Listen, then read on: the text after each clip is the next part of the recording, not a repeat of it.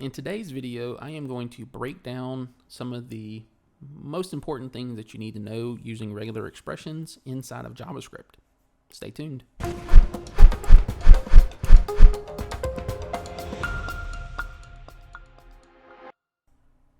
Welcome back to a new episode of DevDrawer. Today we're going to be going over how to use regular expressions in JavaScript. In some of my past videos, I've been asked what the regular expressions do. It's a bit hard to explain in a comment, so I decided to make a video that may give you some insight into how to use regex for your future JavaScript projects. In JavaScript, a regular expression or a regex can be used to match strings or parts of strings. To create a regular expression, you can use the regular expression constructor or a literal notation. Basically, it's like /pattern/flags. So I'm going to run through this and kind of show you a few examples of the regular expressions as well as how to use them. So the first one we're going to do is an example of a regex constructor. So I'm just going to put here, let's just do example of a regex constructor. So let's first define a pattern. So let's say our pattern is equal to new regex, and this is going to be the pattern that we want to have using the constructor. So this is basically our constructor pattern. Okay, so let's do let input equal hello world, and then let's do let result equal, and this is where the actual regex constructor comes into play. So we're going to do let result equal pattern dot test or test input, and this is basically going to run. So if we do console log result, I'm going to use code runner to run this. We get true because basically this regex is being tested to see if this pattern exists in this variable.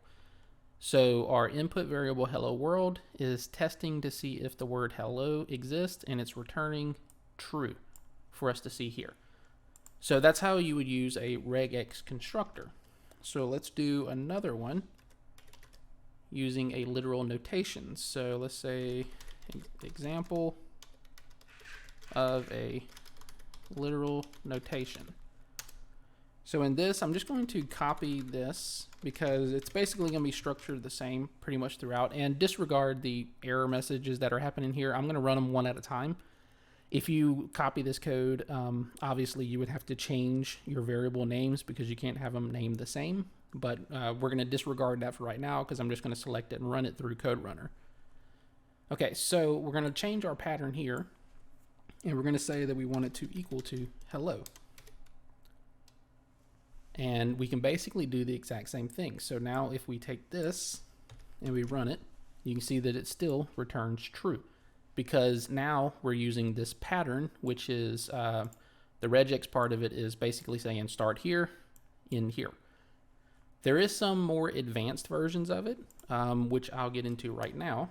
So in addition to like the test method, so we're using the test, but you can also do execute, match, search, replace to work with regular expressions. And let's go ahead and do an example. Let's do 3, and let's say this is going to be an example using the match method. And I'm just going to again copy over this code, paste it down here, and we're going to change our pattern here. So we're going to do slash, and we have to exit the slash. So D plus minus or slash G. And I'm going to change this. So instead of doing hello world, I'm going to say I have 5 apples and 2 oranges. Now what I'm going to do is, instead of doing pattern match, I'm going to do input match, and we're going to match it based on the pattern that we've assigned. So this should return a count of 5 and 2.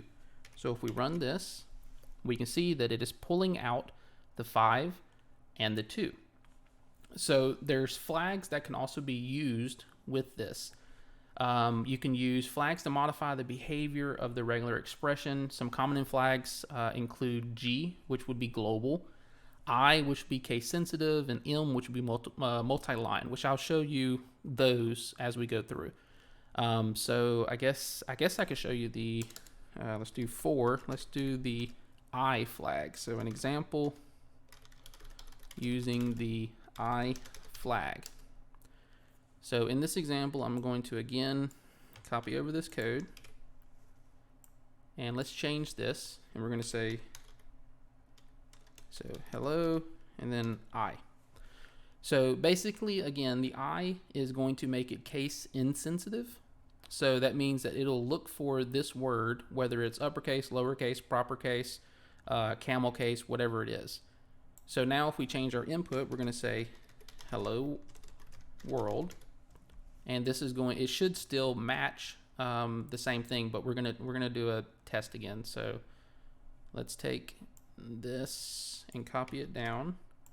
We're not going to do match there. We're going to do test, just to test, so to give us basically a response that's going to say whether it's true or false. So let's take this and we run it, and you can see that it's true.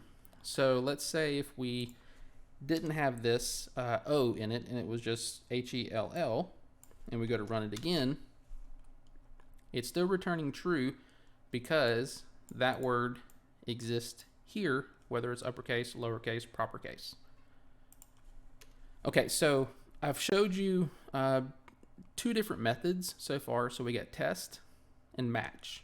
So test is basically returns a Boolean, so true or false. So you're testing if it exists or if it doesn't exist.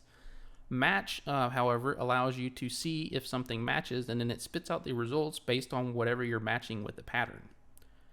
So what exactly is the D plus / G? The regular expression D plus / G is made up of 3 parts: the forward slashes, the pattern, which is the /D plus, and the flag G. The forward slashes are used to define the start and the end of the regular expression. So this is letting us know that this is where it is starting at. The /D plus is a character set that matches 1 or more digits. So this part here would match 1 or more digits. The /D is shorthand character set for digit, so 0 through 9. And the plus quantifier specifies that 1 or more of the preceding elements must be present. So it will match 1 or more digits together. The flag G stands for global, which means that it'll find all matches rather than stopping after the first match. So this basically says find everything inside of this, so it counts the 5 and the 2. Let's see what else. Without the flag, the regular expression would only return the first match. So if we take this off and we run this again, it should only output the 5. So if we run that again, we have 5. Okay, so let's put that back, and let's put this back so I have something that y'all can work with. Okay, so let's see what else. Okay, so what about string regex using expressions? In JavaScript, you can also use regular expressions with string methods such as match, string, search, replace, and split. This method allows you to work with strings in a more powerful way using a pattern matching capabilities of regular expressions. So let's do an example of that. So let's say this is going to be 5, and I'm numbering them because at some point I will refer back to number 3 a few times. So let's say 5 is going to be example using the match method with a regex. Okay, so let's do let input equal, if I could spell, hello world, and then we're gonna let let's do let result equal input dot match, and then we want to do /world/I.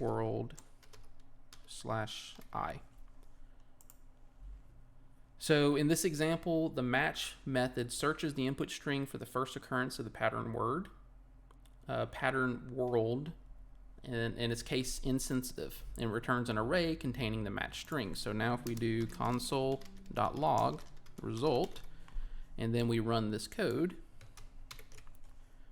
scroll down over here, it tells us that world begins on index 6. So if we count the letters, we have 1, 2, 3, 4, or I'm sorry, you got to start at 0, always 0. So 0, 1, 2, 3, 4, 5, 6 is the index where world starts. And the input, it just basically, this is just going through there and telling us that hello world was the input and there's no current groups that are defined with it. Okay, so now that we've used match, let's do the exact same thing but using replace. So copy this, and we're going to do example using replace method with a regex. So this replace method with a regex is basically the exact same thing, except instead of doing input match, we're going to do input replace.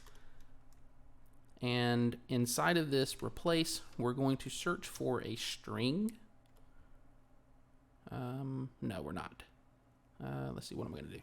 I think we can just use let's do a literal notation again. So we're going to do world I, and then we want to replace that word with JavaScript. So now let's see if we can run this. So scroll down. All right, so now it says hello JavaScript instead of hello world. So essentially we were able to look for the word world that's case insensitive and take it out of it and replace it with the word JavaScript. So easy enough. Okay, so let's see. Let's start 7, and 7 is going to be using the search method. So let's do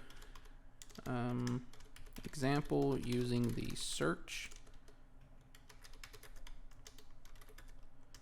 method with a regex. Or this one's not a regex. This one is a literal. This one's a literal as well.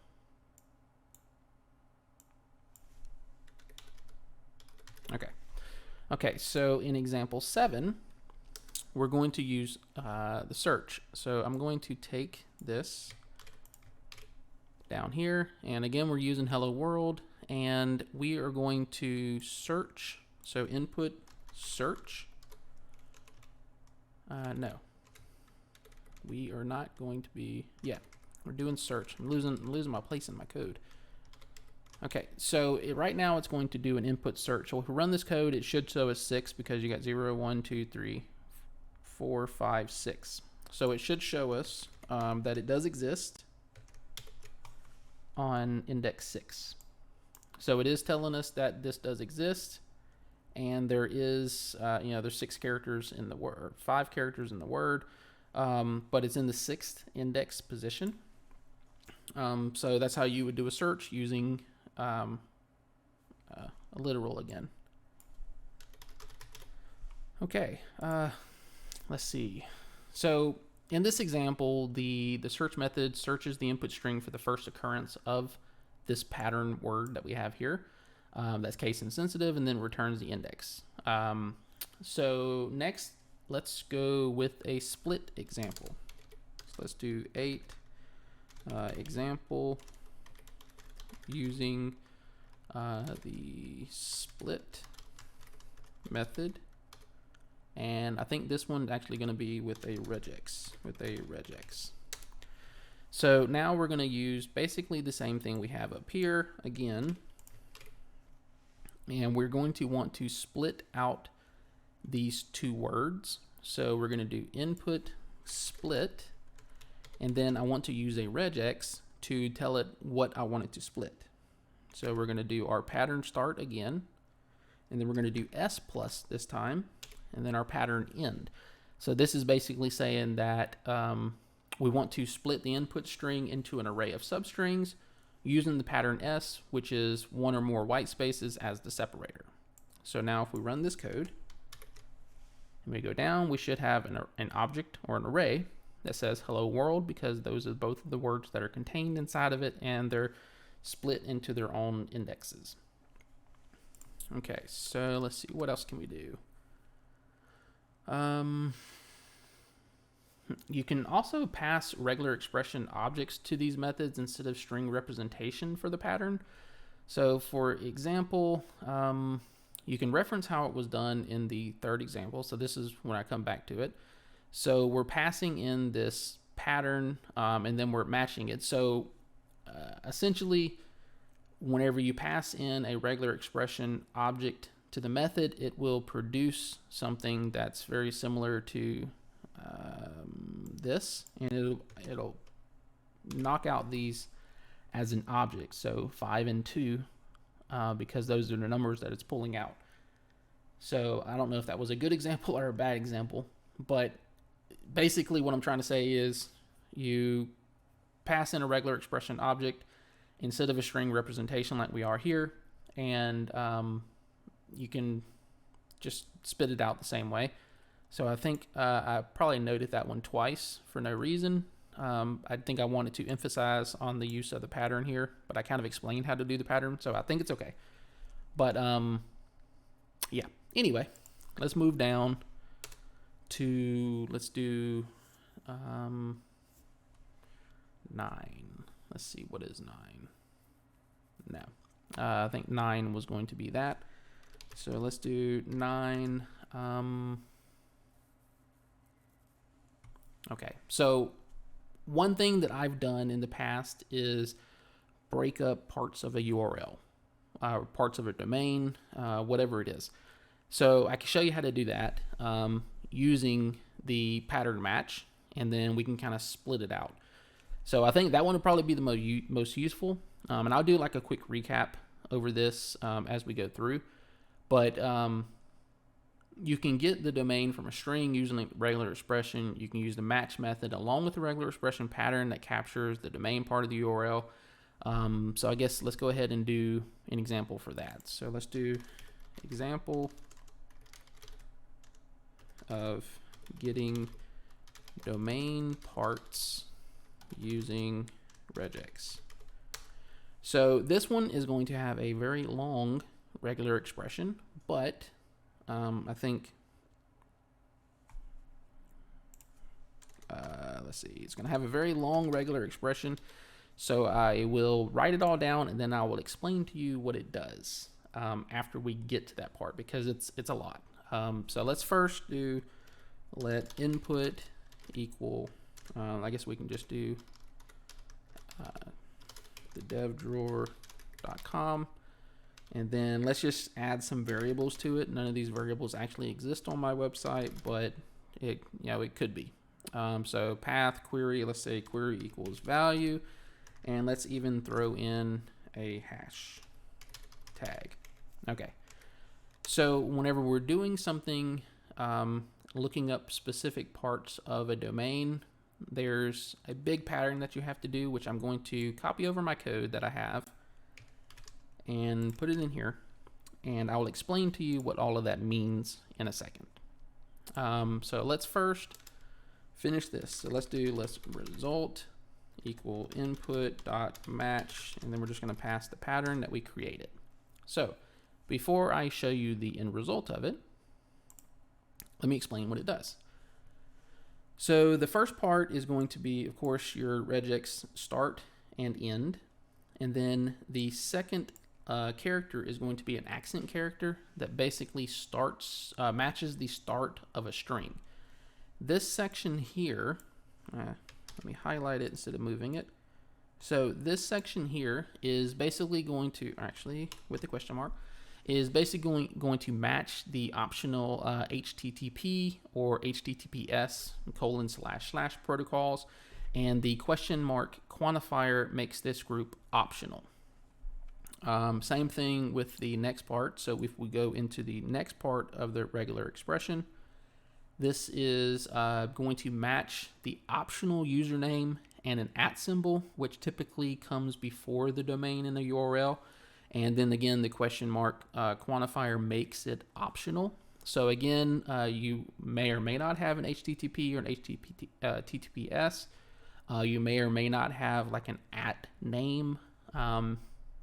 So it's just basically saying, you know, some of those things may be in there, some of it may not be, but we're looking for it just in case. The next part is going to be the www, and again, it matches it optionally, but it's going to add in the www.subdomain with a question mark at the end to make it optional. And then finally, inside of this, we are matching one or more characters that are not a colon, a slash, or a question mark, or a new line, so it captures the domain. And then the slash at the end is ending it where the I and the M are flags, the I standing for case insensitive and the M standing for multi-line. The match method searches for the first match of the regular expression in the pattern, then it inputs in the input string and then returns an array containing the match string or any captured groups. In this case, the domain is captured in the first group, which would be result 1. So if we do a console log result with a key of 1, and then if we take this and we run the code, it should return just the domain name. If we do the same thing, but do a console log result 0, and then let's run it again, it should return HTTPS because that's what it's finding in the first part, and then the devdrawer.com, or the second return would just be the devdrawer.com. So it's essentially skipping over this second query or second regex because it's not available inside of the object. Now you might be saying, you know, what about the path or the query value or the hashtag? So you can't do something like this where you try to do 2, because if you go to run this now, it's going to be undefined because we're not looking for it. Hold on, let me select that again. There we go. So we're going to get what we had first and then undefined because we're not currently looking for this query value. So the way to handle that is, let's get rid of this and let's go down a little bit further. And basically, we want to get the query and hash from the URL using a regular expression, and we can use the match method along with a separator, regular expression patterns for each part. So here's an example of how we can do that. So let's do let query pattern equal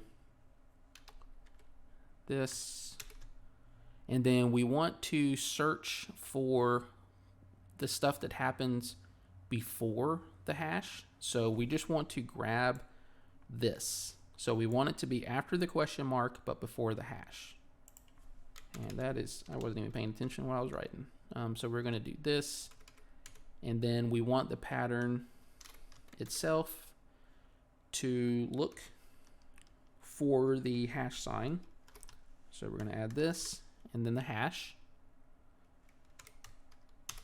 and then we want to disregard what happens after. Okay, so I believe that that would be correct. So it's optional, so it's not necessarily that it has to be there, and we want to start our search before the hash and basically get everything before the hash. I think that, okay, I need to put this, actually I need to put this in brackets, so like this. So we want everything before the hash. I think that is right. No. Yes, okay. So that would be our query pattern, and let's create another one for our hash. So let's do hash only pattern, and this is going to be equal to start our regex, and we're going to do it after the hash part. So pretty much everything that comes after the hash is what we're returning as a hash. Okay, so now let's do let query equal input dot match, and then this is going to be query pattern, And we already know that we're going to be grabbing the first index, so we can put that as the first index. So let's also do let hash equals input.match hash only pattern. And again, we know what index we're getting, so we should be able to console log this out. So query and hash. Okay, so now let's rerun all of this code. And there we go. So we're getting the full domain. We're getting just the domain. Then we're getting query equals value and hashtag. So you might not necessarily want to return query equals value. So let's come down a little bit further and break out what we're getting inside of that. So let's do let query only pattern equal. So we're going to start our regex. Again, it's going to be optional. And we basically want the value to be separated from the, what is it called? We want the key value pair to be separated. We don't want them to appear like they are here. So we're going to be using this, this regex pattern here, and I'll explain what it is in just a second. I need to have that back there. And then let's see, query equals, let's see, and I'll explain what it all does in just a second. I just got to make sure I write it, because so you can go to websites and actually get like a regular expression pattern, but this I'm just kind of hopefully explaining it to you what it actually does. So hopefully it'll help. Let me just verify that. So question colon question ampersand parentheses query equals bracket and pound plus. Okay, yeah, that looks right. Okay, so let me go ahead and finish this out. So let's do let match equals input dot match. Let's do query only pattern, and then let value equal match 2. Actually, you know what? Let's do it the same way we're doing up here. So 2. Okay, so let's kind of go over what this does. So this part right here is going to be matching either the question mark or the ampersand character that starts the key value pair, but it doesn't capture it. The next part, query, matches the equal sign, or captures the query in a group. And then finally, this part captures or matches the equal sign and captures everything after it until the next ampersand or hash symbol. The parentheses around it create a capturing group that allows us to extract just the value part of the key value pair. And the match method searches for the first match of the regular expression pattern in which the input string returns an array containing a match string or any captured groups. In this case, we extract the captured group in index 2, the third item in the array, to just get the value of the query. So we got 1, 2, 3. This is what we're wanting. So if we're using the index, we have 0 covers this part of it, 1 covers this part of it, 2 covers this part of it. So that's why we are passing a 2 here instead of a 1 here. So now if we do console.log and let's do match, and we take this and we run the entire thing again, scrolling down, we have what we previously had, but now we're able to extract the value from the query string, and we're also able to get the hashtag. So we're able to break down this URL that we have here into the full URL with the HTTP or HTTPS, the actual domain, the query value as a key value pair or string, and then the hashtag, as well as the value of query.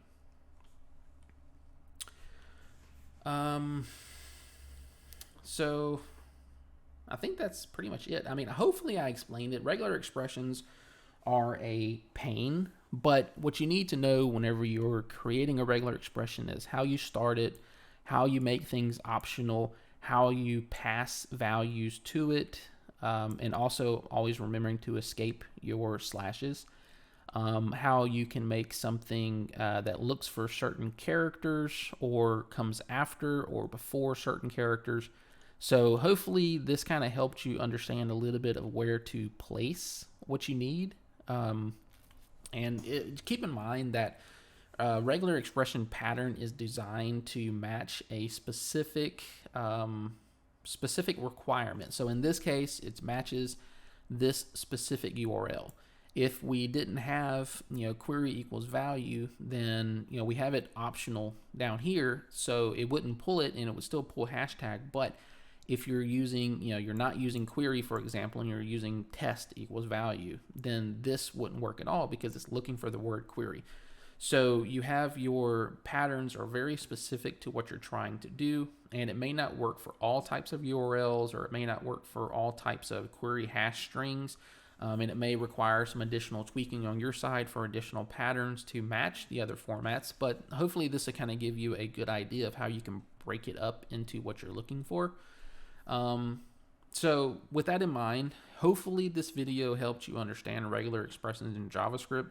In case you had any questions about some of my previous videos that used them, if you have any additional questions, which I even as I'm going through, like going over this video, I can only imagine how confusing it may sound to someone watching it. But I promise you, I try to make it as simple as possible. Hopefully I accomplished that. If you have any questions about this video, feel free to leave me a comment below. But I think that's going to do it for now. So thanks for watching, and I will talk to you later.